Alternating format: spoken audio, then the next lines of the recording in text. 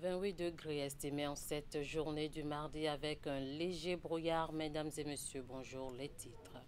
Incendie dans une école primaire publique à Dogbo. Il s'agit d'une salle de classe délabrée dans laquelle les responsables de la cantine entreposent bois de chauffe destinés à la cantine scolaire et les tables bancs usagés. Les précisions à suivre. Une équipe de la rédaction s'est intéressée aux enfants couchés dans le milieu éducatif. Elle nous emmène dans cette édition à la découverte d'un jeune garçon brillant à l'école. Il s'agit de Petit Gérès. Restez avec nous pour la suite. Et puis, rituel, offrande et sacrifices, c'est ce qui a marqué la célébration de la fête des cultures endogènes à Tenji Zapota. Les manifestations entrant dans le cadre de cette célébration ont duré plusieurs jours. Les détails à suivre. À nouveau, bonjour. Dans la matinée de ce lundi 13 janvier, notre service information a été alerté sur un cas d'un incendie dans une école primaire publique à Dogbo, commune située dans le département du Koufou. Il s'agit de l'école primaire publique à Dandro, à Kodé, dans l'arrondissement de Mandjré. Et vous voyez sur ces images les résultats du passage des flammes. C'était dans une salle de classe délabrée et abandonnée depuis et dans laquelle le bois de chauffe destiné à la cantine scolaire et des tables bancs usagés et endommagés étaient entreposés. Ce sont donc ces matériels qui ont consumé dans cet incendie. Le directeur de cet établissement nous raconte ici les circonstances de cet incendie. Il a nom Basile Karoko. Aux environs de 23h30 par là, quand j'ai eu l'information par un des membres des bureaux APE qui m'informait qu'une salle de classe a pris feu. Donc, j'ai rappelé l'infra sur lequel j'avais des infrastructures dans l'école. Je l'ai rappelé, lui aussi il était sur le lieu. Et comme ça, bon, il m'a informé que la population s'est mobilisée pour éteindre le feu. Donc ils ont déjà appelé les sapeurs-pompiers qui ne répondaient pas. Et vraiment, la population, c'est l'occasion pour moi de les remercier, surtout les jeunes. La jeunesse, elle s'est mobilisée correctement. D'autres sont en train de puiser l'eau, d'autres sont en train d'envoyer l'eau dans le feu. Puis la population a fait la grande partie avant l'arrivée des sapeurs. Malheureusement, quand les sapeurs étaient venus, leur pompe a cessé de fonctionner. Et c'est là encore un autre calvaire. Ils ont commencé par utiliser les bassines, les seaux d'eau. Et à la fin, la pompe a repris. Et les sapeurs ont utilisé cette pompe pour éteindre à fond le feu. En termes de dégâts, nous allons dire qu'il y a certains tables bancs qui ont été consumés. Il y a aussi les fagots de bois destinés à la cantine, puisque quand on allait au congé, on a dû mettre les fagots de bois dans la classe pour les protéger. Et au retour, nous allons les utiliser pour la cantine. C'est parce que dans cette salle de classe, bon, on n'utilisait pas la salle de classe. Donc voilà, il n'y a pas de dégâts humains. Bon, l'origine de ce feu, je ne saurais le dire. Je ne saurais le dire. Donc nous invitons les autorités compétentes, n'est-ce pas, à identifier voilà, l'origine de ce qui a été pour le bien-être de nous tous. Après une après-midi noire vécue le samedi dernier suite à l'explosion d'un entrepôt de produits dangereux dans un immeuble, comment les habitants du quartier Aïelawadje se remettent-ils de ce sinistre? En tout cas, la zone est sécurisée et à travers un communiqué, le ministre de l'Intérieur et de la Sécurité publique a appelé à la vigilance. L'une de nos équipes de reportage conduite par Idrissou Boukari est retournée sur les lieux du drame et voici son constat. Aïelawadje se remet progressivement de son état de traumatisme quelques heures après le drame. Le samedi 11 janvier 2025, aux environs de 14 heures, un incendie est survenu dans cet immeuble servant concomitamment d'habitation et d'entrepôt de produits dangereux, dont le sulfate d'aluminium selon le communiqué du ministre de l'Intérieur et de la Sécurité publique.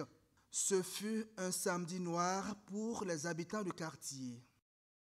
J'avais envoyé les enfants là-bas, ils vont prendre farine de maïs au moulin.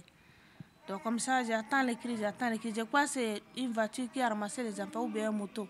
Quand je suis sortie, je vois les filmer, les gens en train de courir, en train de vomir partout. L'immeuble en question et les maisons environnantes ont été vidés pour mesure de sécurité.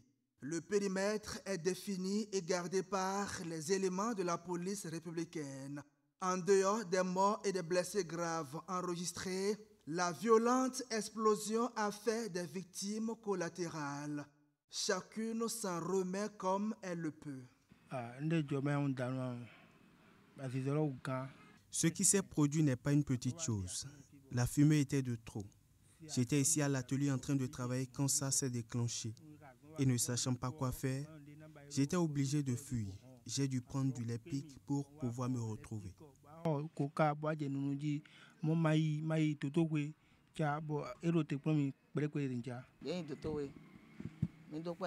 Nous sommes allés à l'hôpital. Moi, je me sens mieux. Nombreux sont encore à l'hôpital. Certains sont à Kowegbo, à Calavi et d'autres au CNHU. Vraiment, ça m'a fait trop peur. Nous-mêmes, on a vomi, fatigué. Parce que c'est quelqu'un qui a tapé la porte, il a dit sortez dans la maison. Actuellement, moi, je ne serai pas là pour parler avec vous. 6 morts et plusieurs blessés graves, c'est le bilan officiel du drame en ce début de la nouvelle année. En vue d'éviter toute situation d'intoxication post-incendie, le ministre de l'Intérieur et de la Sécurité publique a invité dans son communiqué les populations du quartier Aïlawadje 1 à s'abstenir de consommer tout aliment, à savoir eau de puits stockée dans un récipient non couvert, repas animaux et végétaux se situant dans un rayon de 100 mètres à la ronde de l'épicentre de l'incendie.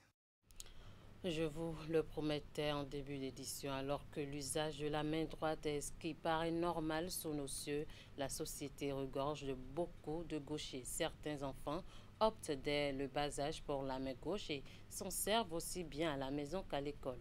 C'est le cas du petit Gérès que l'une de nos équipes a rencontré dans un établissement privé de Cotonou. Bien qu'il soit gaucher, le jeune garçon figure parmi les plus brillants de sa classe. Pour plus de détails, suivez ce reportage réalisé par Hugues Vingbe et Henri Ganti. Dans cette classe de CM2 d'un complexe scolaire privé de Cotonou, un élève se démarque. Gérès, contrairement à ses camarades, est gaucher. J'écris en classe, je balaye, je suis à la maison, je travaille, je fais tout avec la main gauche.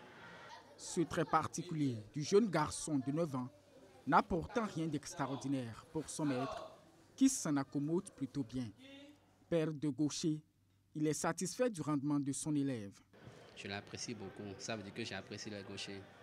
Vous voyez, quand nous mettons les enfants au monde, ils viennent avec tout. Généralement, on dit que les gauchers travaillent. J'ai la preuve.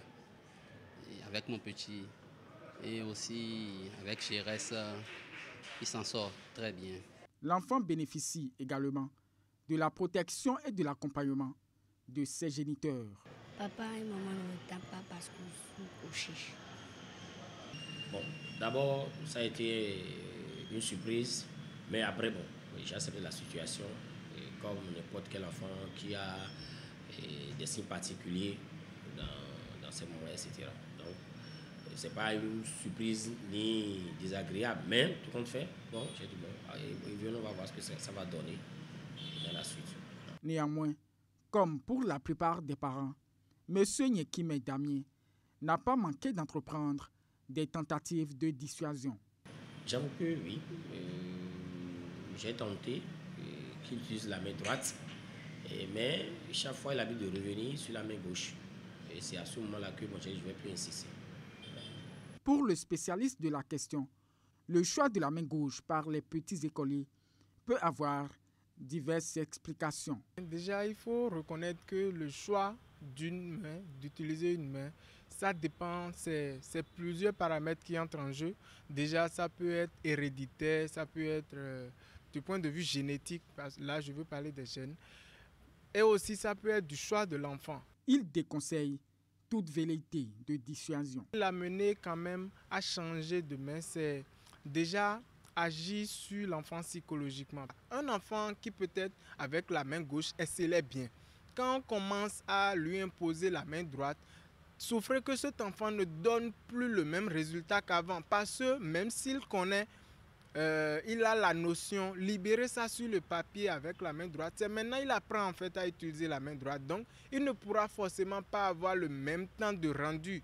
En ce qui le concerne, le père de Gérès est fier de sa progéniture dont il vante ici les aptitudes. Sans vous le cacher, avec sa main gauche, il écoute très bien. Vous ne dites pas que c'est un gaucher. Et sur le plan du sport, il adore le tennis, la boxe et aussi le foot. Donc, c'est un garçon qui anticipe vite. Voilà.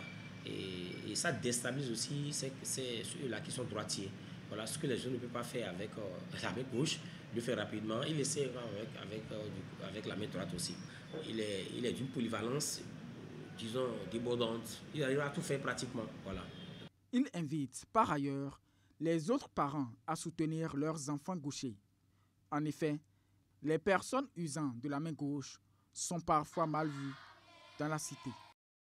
Nous changeons à présent de registre. L'arène culturelle de Ouidah est désormais opérationnelle, réalisée pour promouvoir les traditions culturelles et artistiques de Ouidah et environ. L'infrastructure est mise en service en marge des Vodundés. Elle va accueillir des événements qui renforcent le statut de la ville, à la fois au niveau national et international. Cette arène dispose d'un grand espace polyvalent, des designs modernes ainsi que des touches traditionnelles, des zones de détente et d'exposition et bien d'autres. Teddy Goudalo. Du spectacle au beau milieu de l'arène culturelle de Ouidah en ce troisième et dernier jour des festivités des Vodou Days édition 2025.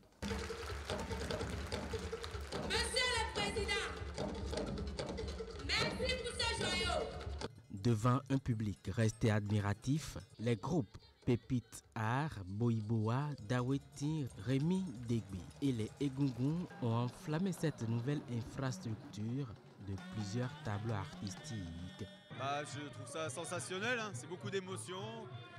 Ça me permet de comprendre la culture béninoise. Voilà. J'ai beaucoup de chance d'être là. Un moment magique, c'est quelque chose d'incroyable. Je suis totalement sous le charme.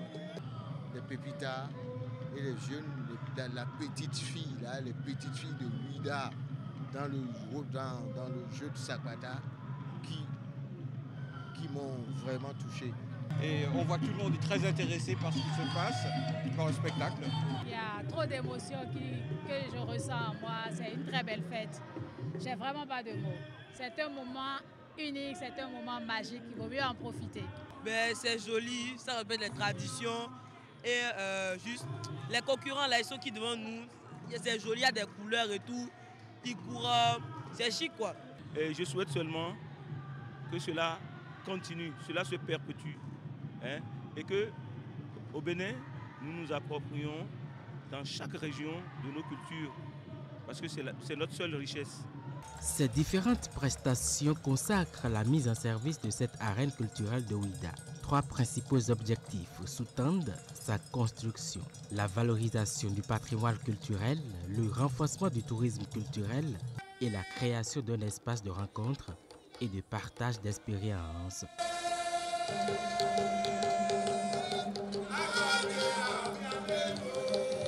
Je me réjouis, mais de manière grandiose, de ce que cette arène vienne s'ajouter à l'ensemble des investissements structurants que le président et son gouvernement ont bien voulu réaliser pour nous donner la possibilité de mieux présenter, mieux structurer, pour pouvoir mieux promouvoir notre culture, nos cultes et nos richesses, notamment immatérielles, notamment en ce qui concerne le vaudou. Donc cette arène qui est un bijou sur la plage de Ouidah n'est pas seulement une infrastructure isolée. Cela vient dans une série comme un morceau de puzzle. Cela vient compléter le puzzle de la mise en place d'une stratégie de promotion de nos richesses au Bénin et notamment à Ouida. L'arène culturelle de Ouida est un symbole du dynamisme culturel de la ville et du Bénin en général. Elle permettra à la ville de se positionner comme un pôle d'attraction culturelle en Afrique de l'Ouest où se tiennent des événements internationaux tels que des festivals, des événements de danse traditionnelle, des conférences et des rassemblements communautaires. Édition 2025 de la fête des religions endogènes à Zapota, les manifestations ont été étalées comme d'habitude sur plusieurs jours et ont pris fin par un grand rassemblement. Chefs de culte, adeptes et autres acteurs des cultes endogènes de la ville et des communes environnantes se sont retrouvés pour rendre hommage aux divinités ainsi que les esprits. Les festivités ont connu le soutien de Dakou Djetcheung à l'occasion des rituels, offrandes et sacrifices ont été faits. Ils ont aussi prié pour le peuple béninois ainsi que les gouvernants. Plus de précisions avec Imet Hélène Amonso. À l'instar de Ouida, d'autres contrées du pays ont aussi vibré aux couleurs, rythmes et sons de la fête des religions endogènes. À Tenji, dans la commune de Zakota, responsables de divers cultes adeptes, fidèles, dignitaires et autres pratiquants se sont également retrouvés afin de renouer le contrat avec les ancêtres. C'est une communion avec nos ancêtres, donc nous ne pouvons pas rompre ce cordon ombilical qui nous relie avec nos ancêtres. L'arrivée des religions traditionnelles ne doit pas être considéré comme vraiment un handicap pour nous, pour ne pas honorer ce contrat, pour ne pas rester en communion avec nos ancêtres. Et c'est ce que nous corroborons. Le président Soglo a initié une journée. Nous avons jugé qu'une journée ne suffit pas. Donc notre prière a été écoutée, exaucée, et l'actuel président a accordé 10 jours pour cette fête. Donc que la fête soit belle pour tout et chacun de nous. Véritable moment d'allégresse, les manifestations organisées par un comité mis sur pied à cet effet ont connu le soutien de Dazo et d'Ohwenumambu Djetcheung. Grâce à ce magnat de la spiritualité, nous sommes encore là aujourd'hui. Nous prions pour tous ceux qui sont ici présents, nos fétiches, à nous combler de leur béatitude, à nous accompagner tout au long de l'année 2025. Venus des 4 coins de la ville qui abritent les festivités ainsi que des communes environnantes, ils étaient nombreux à répondre à l'appel des organisateurs. La grande réjouissance de ces derniers jours marque la fin de plusieurs cérémonies dont des rituels, libations, prières et des sacrifices. Ces instants d'hommage aux dieux ont également été l'occasion de conjurer les mauvais sorts, mais également pour demander aux divinités et esprits de veiller davantage sur le peuple béninois, puis faire prévaloir la paix. Pour la circonstance, on a surtout prié pour les gouvernants afin qu'ils soient mieux éclairés.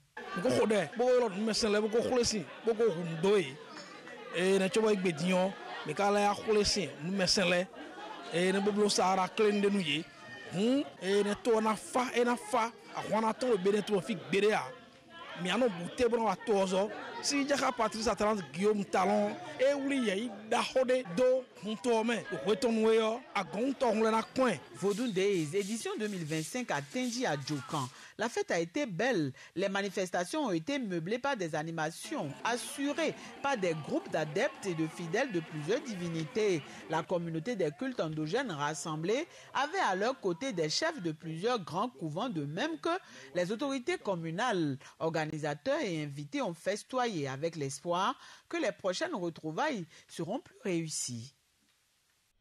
Mobilisés sur l'un des terrains de football de Taïfa, les dignitaires et fidèles du culte vaudou de Djougou ont également commémoré samedi 11 janvier 2025 la fête du culte traditionnel, une célébration marquée par un spectacle des Egougous qui ont émerveillé le public à travers leurs démonstrations.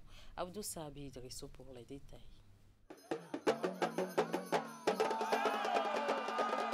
C'est une randonnée festive, bien rythmée et fascinante.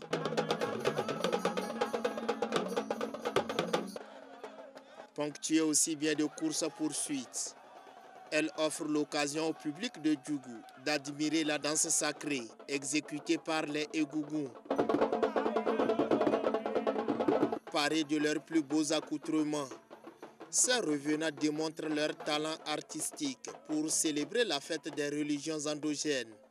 C'est la fête du 10 janvier 2025 qui continue jusqu'à aujourd'hui sur le terrain de football de Taïfa. Bon, vous-même, vous avez vu comment les gens sont sortis nombreux. Les gens aiment ça trop à Djougou. Peu avant cette manifestation folklorique, dignitaires et fidèles du culte vaudou ont fait des libations à quelques mètres de leur couvent. Offrandes, prières, incantations et litanies.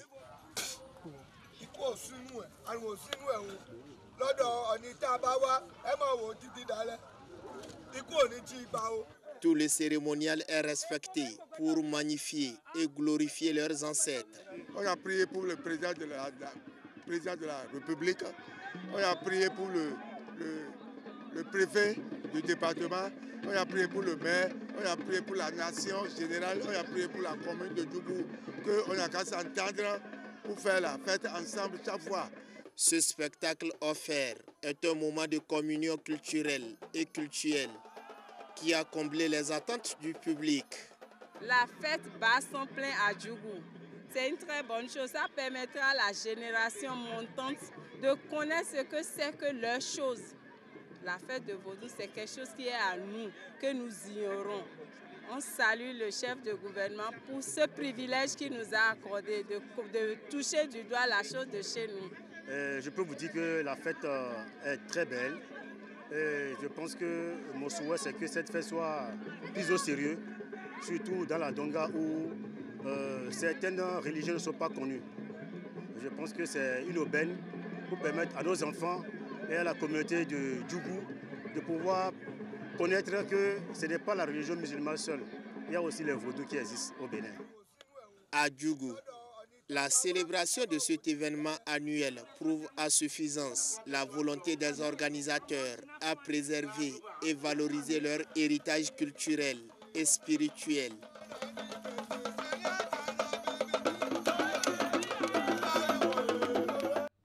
Parakou n'était pas du reste. Les dignitaires du culte vaudon se sont donné rendez-vous vendredi sur plusieurs sites, dont celui de la place OCBN située au quartier Alaga. Un grand moment de manifestation culturelle et cultuelle marqué par des chants et danses rituelles, des immolations ainsi que des libations pour invoquer plusieurs divinités. Les temps forts dans ce reportage signé Jacques Degbé et Socrate Anatole.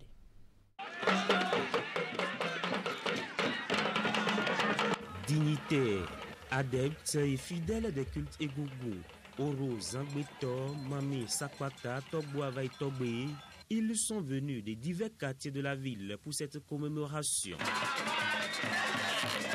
Ils ont prié pour la paix au Bénin, la santé, la prospérité pour chaque Béninois. Tout chacun de nous ressemble ici pour prier pour la population, pour le Bénin, et demander la paix et la longévité, puis faire avoir de bonnes choses dans tout chacun de nous. Et immoler ce qu'on peut immoler aux ancêtres que nos parents ont laissés.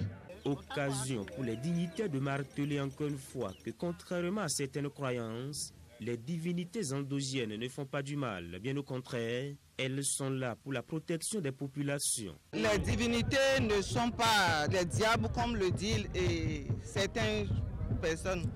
Les divinités sont des esprits saints qui nous donnent la lumière, qui nous épargnent de beaucoup de choses, beaucoup de mal, qui cherchent à nous détruire. Ça nous épargne de beaucoup de ces malheurs. Et ça nous éclaircit beaucoup de choses qui sont dans le ténèbre, qui nous perturbent, qui nous rendent malades. Donc les divinités sont là pour nous sauver.